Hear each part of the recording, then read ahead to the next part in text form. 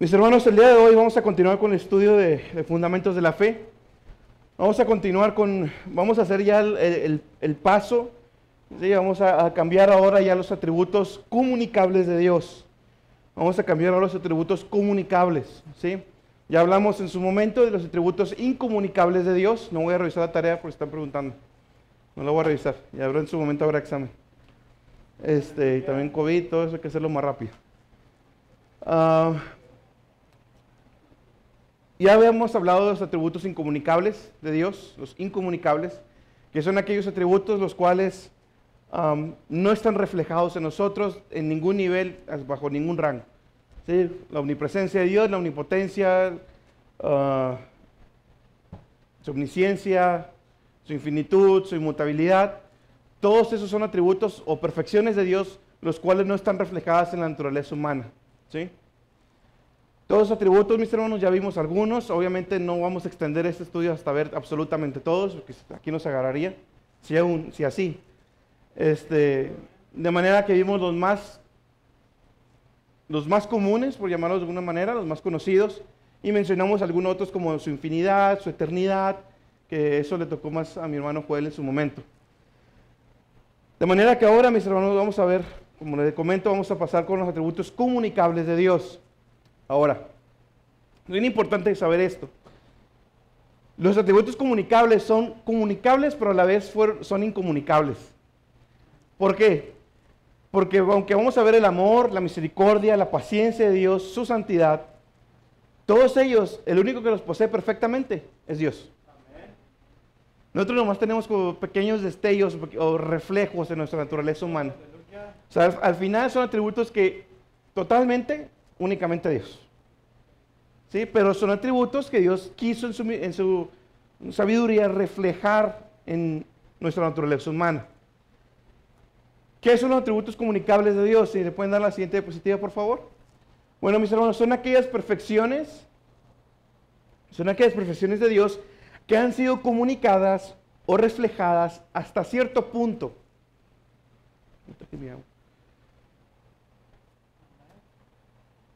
Que han sido reflejadas, comunicadas hasta cierto punto a nosotros como seres humanos. ¿Sí?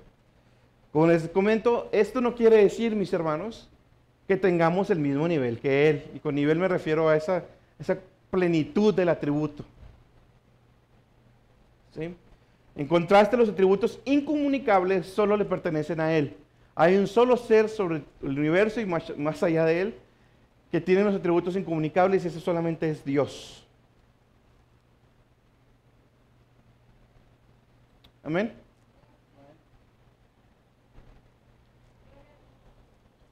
Y para todo, mis hermanos, hay que tener fundamento bíblico, de perdida 1, 2, 3, 4 textos. Vamos a ver uno de ellos, que es Efesios capítulo 5, versículos 1 y 2. Fíjense qué interesante este texto. Dice: sed pues imitadores de Dios como hijos amados, y andad en amor, como también Cristo nos amó y se entregó a sí mismo por nosotros, ofrenda y sacrificio a Dios en olor suave. ¿Qué es lo importante de ese versículo? Dice: sed pues imitadores de Dios. El versículo ya está dando por sentado que Dios dejó ciertas características en nosotros que podemos imitar de Él. ¿Sí? Si no, no podríamos ser imitadores de Dios, porque no tendríamos ninguna característica que Él tiene, si no compartimos ninguna. De manera que el texto en sí mismo ya está dando por sentado que nosotros compartimos, reflejamos ciertas características que Dios tiene. ¿Sí? ¿Sí quedó claro hasta ahí, mis hermanos? Por mencionar algunos atributos, mis hermanos, posiblemente veamos más, lo más probable, pero vamos a ver la santidad, la justicia, el amor, la ira, su paciencia, su bondad, su misericordia, su fidelidad, etc. Esos son los atributos de Dios comunicables, algunos de ellos comunicables. ¿Sí? Esto nomás fue una breve introducción a lo que son atributos comunicables. ¿Preguntas? ¿Está todo claro? Bueno, al final les pregunto si es cierto. La santidad de Dios. Y aquí quiero hacer pararme un poquito. Ese atributo, mis hermanos, es bien importante. Entonces, este atributo es el eje central, yo creo, de los demás atributos, y ahorita le voy a decir por qué. Pero le voy a pedir que preste atención. por el resto de los minutos que nos quedan. Porque es bien importante entender la santidad de Dios. Porque básicamente es el atributo que lo distingue de todos los demás falsos dioses que hay sobre la faz de la tierra. ¿Sí? Dioses falsos, obviamente. Pero ese atributo, mis hermanos, las iglesias de hoy les encanta manifestar todos los demás atributos, su amor, su bondad, su misericordia, pero dejan a un lado el atributo más mencionado en la Biblia. La santidad de Dios. Si no tenemos un buen entendimiento de la santidad de Dios, su cristianismo es mediocre. Si no tiene un buen entendimiento de la santidad de Dios, su cristianismo no sirve. No sirve. Si no podemos comprender que Él es santo y qué significa que Él sea santo, no le podré asegurar que está viviendo correctamente. Ni que lo está adorando correctamente, ni que le toca correctamente, ni que predico correctamente. Si no lo entiendo completamente. Al llegar al estudio de la santidad de Dios, mis hermanos, y lo decía, yo todavía tengo aquellos folletitos que daba mi hermano Carlos Hernández. Y él decía que ese atributo en específico hermosea a todos los demás. Y es cierto. Ese atributo, mis hermanos, le da ese toque especial a todos los demás atributos que hemos visto. Decía un autor, dice, el poder es la mano y el brazo de Dios, la omnisciencia sus ojos, la misericordia sus entrañas, la eternidad su duración, pero la santidad es su hermosura. La hermosura de Dios.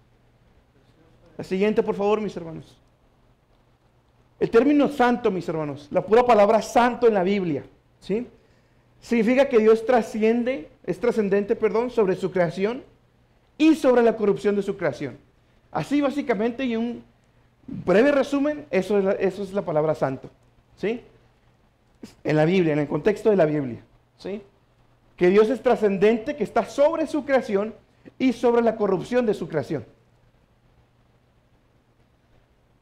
Conforme vayamos desarrollando, mis hermanos, los conceptos que ahorita vamos a ver, se va a poder dar cuenta que varios conceptos van a sonar similares a estos atributos. Y vuelvo y repito lo mismo. Decimos atributos, pero realmente es solo uno. ¿Sí? La palabra santo en hebreo, mis hermanos, significa cortar o separar del impuro. ¿Sí? En el griego significa puro o limpio.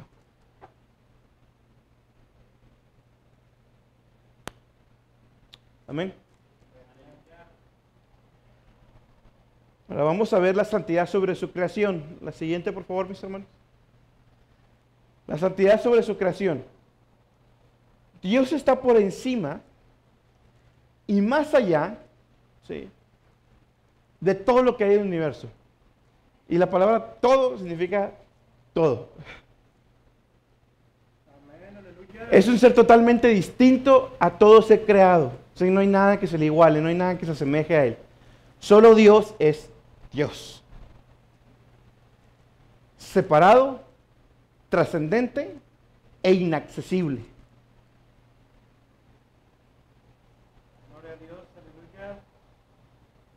Santo significa, el primer significado que vimos en hebreo, separado.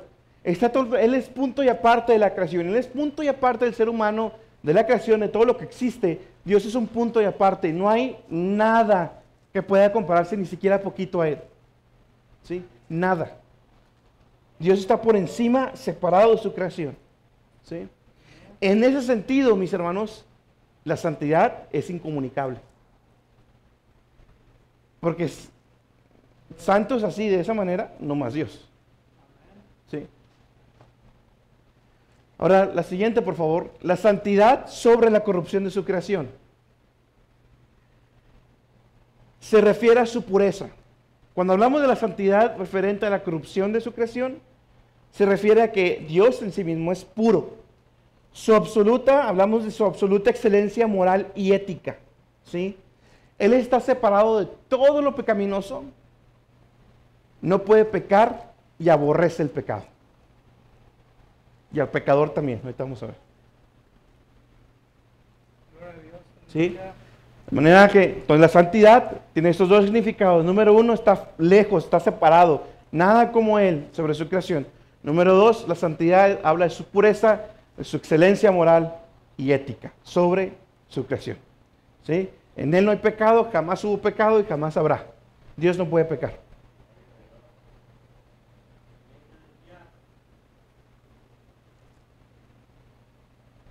¿Sí estamos? ¿Seguros?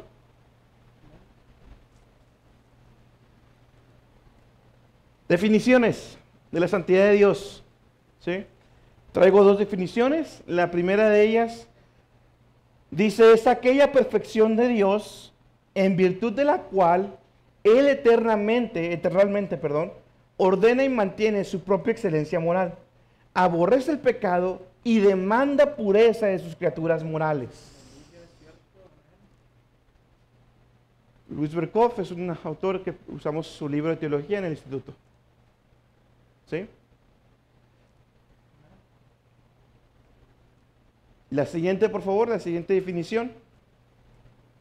Dice, la palabra santo en su mejor sentido significa apartado y libre de corrupción. Dios es un ser apartado del resto de la creación en su santidad y nos ha apartado para Él como sus hijos. Por otro lado, Él está libre de corrupción y nos está limpiando de corrupción. Esa definición está mucho más completa y la vamos a ir desarrollando conforme el estudio. Este atributo, me voy a tomar la libertad, esta va a ser la primera parte, posiblemente van a ser 3, espero que nomás sean 2, no, sí van a ser 3 a fuerzas, porque hay que verlo a detalle. Este sí hay que ver la profundidad, vamos a ver varios textos en Isaías, vamos a ver en Cristo, vamos a ver cómo debe lucir la santidad de nosotros. Amén. Entonces esas son las dos definiciones, muy completas ambas. ¿Sí? El siguiente, Dios es santo. Y fíjense que estoy subrayando la palabra es porque me refiero a su esencia. ¿Sí? Dios es santo.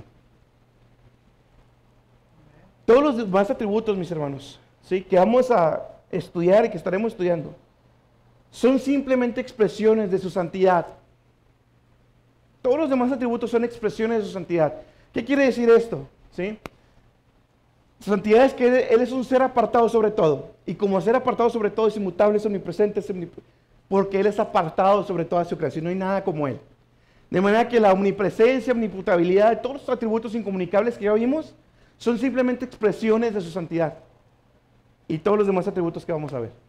¿Por qué? Porque Él es un ser apartado que está sobre toda su creación y no hay nada como Él. Su santidad es una característica de Él. Y esta frase, ese verso que está ahí es bien importante. Su santidad es una característica de Él. ¿Sí? Forma parte de su propia naturaleza. La santidad no es algo que decida ser o dejar de ser. Dios siempre es santo. Está en su naturaleza. Jamás va a reaccionar diferente. Jamás va a cambiar ese atributo. No va a ser menos o más dependiendo de quién esté enfrente de Él. No, no, no. Dios siempre va a ser santo inmutablemente.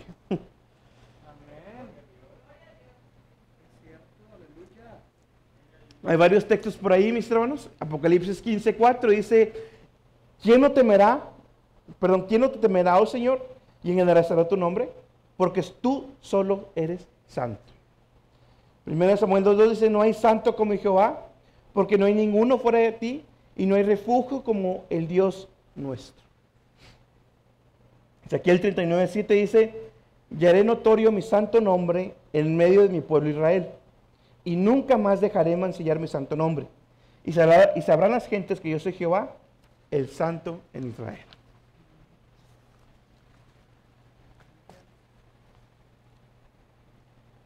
Como les decía ahorita, mis hermanos, la santidad es muy importante. Y la Biblia así lo demuestra. ¿Le pueden dar la siguiente, por favor? La que sigue.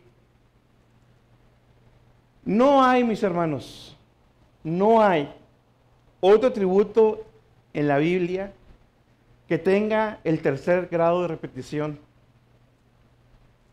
No hay ningún otro. Isaías 6:3, y ese pasaje de Isaías del capítulo 6 lo vamos a examinar después. Pero quiero que vea que dice, el uno al otro daba voces, estos eran, no sé si me acuerdo si eran serafines, querubines, no me acuerdo, El uno al otro daba voces diciendo, Santo, Santo, Santo, Jehová de los ejércitos. Toda la tierra está llena de su gloria. Tercer nivel de repetición. Apocalipsis 4:8, creo que lo tengo ahí también. Y los 4 animales tenían cada uno por sí 6 alas alrededor, y de dentro estaban llenos de ojos, y no tenían reposo día ni noche, diciendo, Santo, Santo, Santo, el Señor Dios Todopoderoso, quien era, y quien es, y quien ha de venir. Hermanos, vamos a adelantar, pero cuando venimos a orar cada domingo, hoy, el lunes, se nos olvida delante de quién estamos. Se nos olvida delante de quién tocamos. Se me olvida delante de quién vengo. Se nos olvida a quién estamos adorando. A veces venimos y entramos como si nada y aleluya. Como decía el domingo, la música no la paro para que nos oigamos bonito. La música somos acompañantes nomás. Ustedes son la voz principal, no nosotros. Y vamos a estar delante de Él. En la literatura hebrea, la repetición se emplea para dar énfasis. Los hebreos acostumbraban a hacer eso. ¿Sí? El hecho de que la santidad de Dios sea declarada 3 veces se le conoce como trisagio. ¿Le pueden dar la siguiente diapositiva, por favor? Sí, se le conoce como trisagio, así se le llama a ese tipo de repetición. ¿Sí? Denota que Dios es absoluta e infinitamente santo.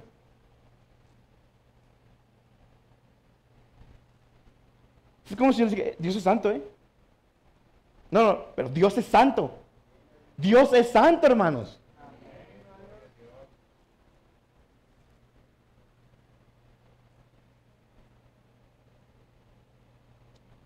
Ningún otro atributo es declarado con mayor énfasis que su santidad, que la santidad de Dios.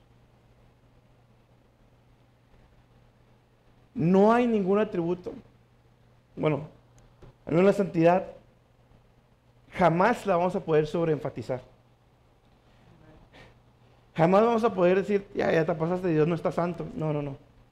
Nos quedamos cortos, mis hermanos, de cómo Dios es santo.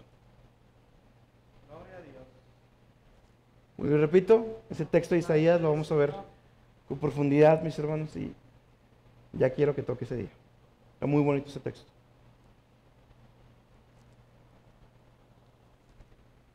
La siguiente, por favor. Dios es el único santo. No hay ningún otro santo fuera a la perfección como Él es. Como ya mencionamos, mis hermanos, la perfecta santidad solo le pertenece a Dios. Ni aún lo celestial es tan santo como Él. Ni aún los ángeles, ni el cielo, nadie es tan santo como Él. Y aún menos lo terrenal. No hay nadie que pueda ser igual de santo que Él. Hay un texto bien interesante, la siguiente, por favor. Job, capítulo 15, versículos 14 al 16. En la Nueva Versión Internacional. Fíjese qué interesante lo que menciona aquí Job. Dice, ¿acaso puede algún mortal ser puro? Nadie. ¿Puede alguien nacido mujer ser justo? No hay ningún justo. Mira, Dios ni siquiera confía en los ángeles, en sus ángeles. Ni los cielos son completamente puros a sus ojos. Mucho menos una persona corrupta y pecadora que tiene sed de maldad. Otra versión dice que bebe como agua la iniquidad. Que bebe como agua la iniquidad.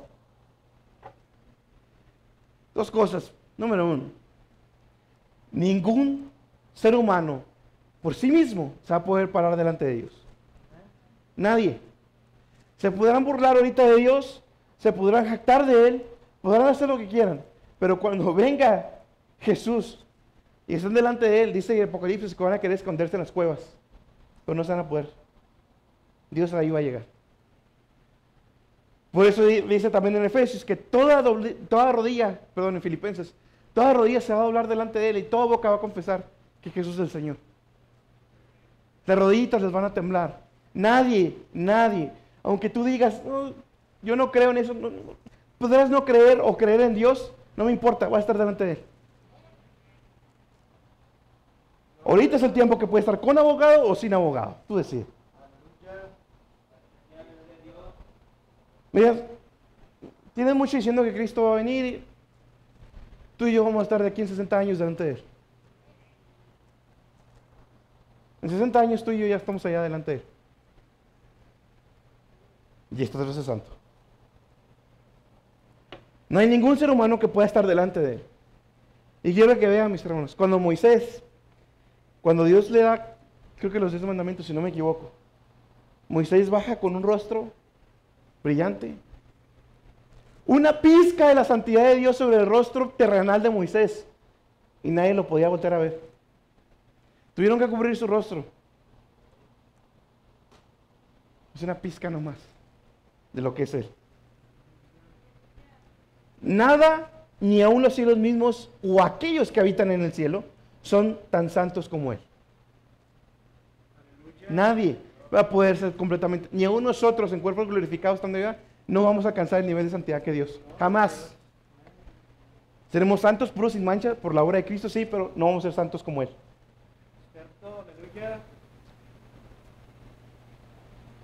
Siguiente, Dios aborrece el pecado. Dios aborrece el pecado. Su santidad, como ya vimos, también significa, mis hermanos, ¿sí?, que Él está separado de todo lo que es pecaminoso. Todo lo que implica pecado, Él no es partícipe, ni está, ni nada. Dios no es autor de ningún pecado. El pecado es toda violación a los preceptos divinos. El pecado, eso es lo que es el pecado. El pecado es toda violación a los preceptos divinos, a los mandatos de Dios. Eso es lo que es pecado. La siguiente, por favor, mi hermano. Esto lo veíamos el domingo pasado. Todo pecado es desobediencia a la voluntad de Dios. Todo pecado está siendo en contra de la voluntad de Dios. Amén. En ese sentido, todo pecado es un acto personal de rebelión contra Dios. Sean creyentes o no, quien comete pecado atenta contra Dios. Cada vez que cometemos pecado, mis hermanos, estamos atentando, estamos siendo rebeldes a la voluntad de Dios. Y como vimos el domingo, mis hermanos, podemos leer en la Biblia, leíamos esos pecados que Pedro le está mencionando a la iglesia. Desenfreno, impurezas, pasiones, idolatría. Y todos nosotros hemos cometido desenfrenos, idolatría, impurezas, pasiones. No como ellos, a lo mejor como estaban tentados ellos. Pero todos hemos pecado de cierta otra manera. Y pecamos constantemente. Debemos estarlo limpiando constantemente. Bien decía un predicador, ser cristiano no es arrepentirse una vez. Ser cristiano es de este día, me arrepiento todos los días hasta que me muera. Constantemente, porque constantemente pecamos. Y Dios siempre es santo y nosotros constantemente pecamos. Y antes de subirme a predicar, de subirme a tocar, de entrar a la iglesia, de adorarlo, por eso llegamos al altar: Señor, límpiame, ayúdame, porque tú eres 3 veces santo. Porque nada impuro puede estar delante de ti. La reacción natural de Dios al pecado es de rechazo, mis hermanos, de repugnancia, de aborrecimiento, de odio. El pecado es todo lo contrario a su santidad. No hay absolutamente nada que pueda tentar a Dios a pecar, porque Él es santo. No tiene que resistir a nada a Dios porque Él es santo. No tiene nada que resistir. Él es santo, no va a pecar. ¿Sí? Él siempre permanece santo. Santo e incorruptible. Dios no puede pecar.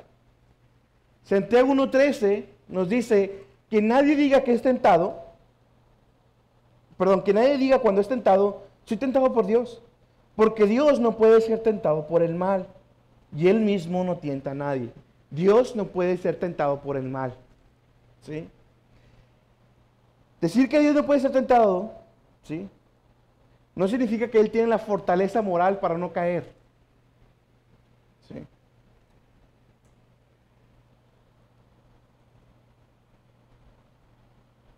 No tiene que resistir a nada, sino que más bien, cuando el mal se presenta ante Dios, Él no tiene nada que resistir. Dios no puede ser tentado porque no tiene nada que resistir, no tiene nada que ser tentado. Dios es santo. Nada lo tienta. Amén.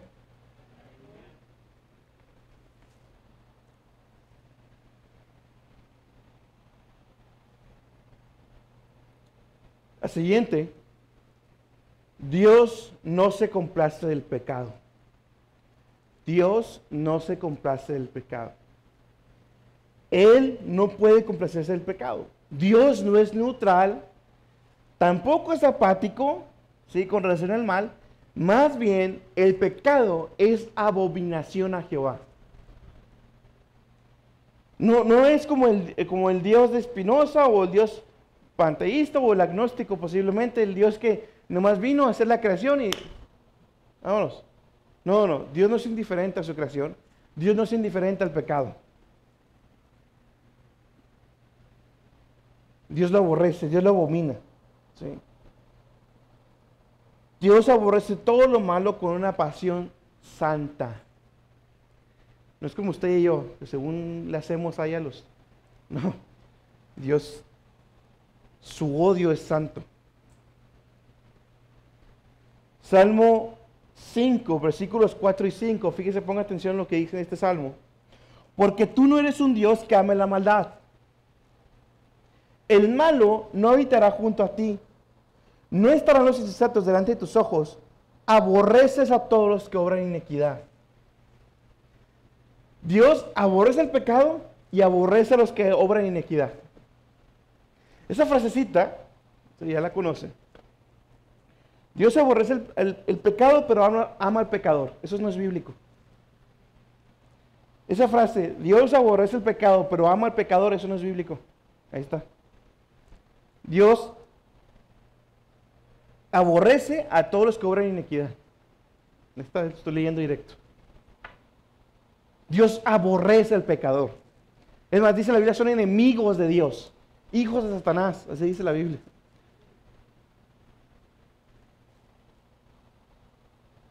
Tienes la ira de Dios sobre tus hombros, si estás lejos de Él. Dios te aborrece.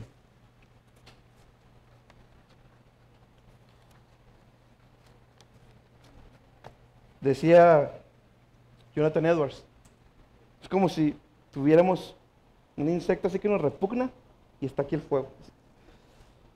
Así está Dios.